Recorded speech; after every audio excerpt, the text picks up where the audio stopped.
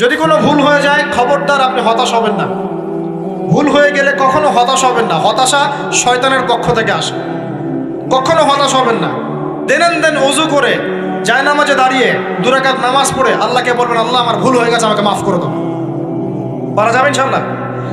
জীবনে কখনো হতাশ হবেন না। জীবনে যাই হয়ে যাক না কেন কখনো হতাশ হবেন না। মনে রাখবেন আল্লাহ আপনার রব, আল্লাহ আপনার সাথে আছেন ইনশাআল্লাহ। অতএব নারীর ফিতনা থেকে নিজেকে বাঁচিয়ে রাখার চেষ্টা করুন। আল্লাহ পাক তৌফিক এনায়েত করুন।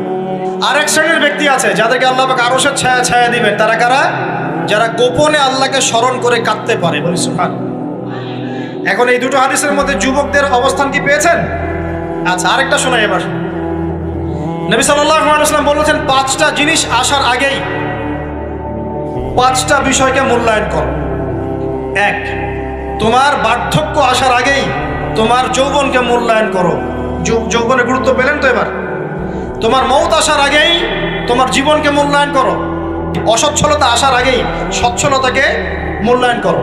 অসুস্থতা আসার আগেই সুস্থতাকে মূল্যায়ন করো। এবং এই যে কথাটা বললাম যে তোমার বার্ধক্য আসার আগেই যৌবনকালটাকে মূল্যায়ন করো। এই হাদিসগুলোর মধ্যে আমরা সংক্ষিপ্ত পরিসরে যৌবনকালের গুরুত্ব পাচ্ছি কিনা ভাই?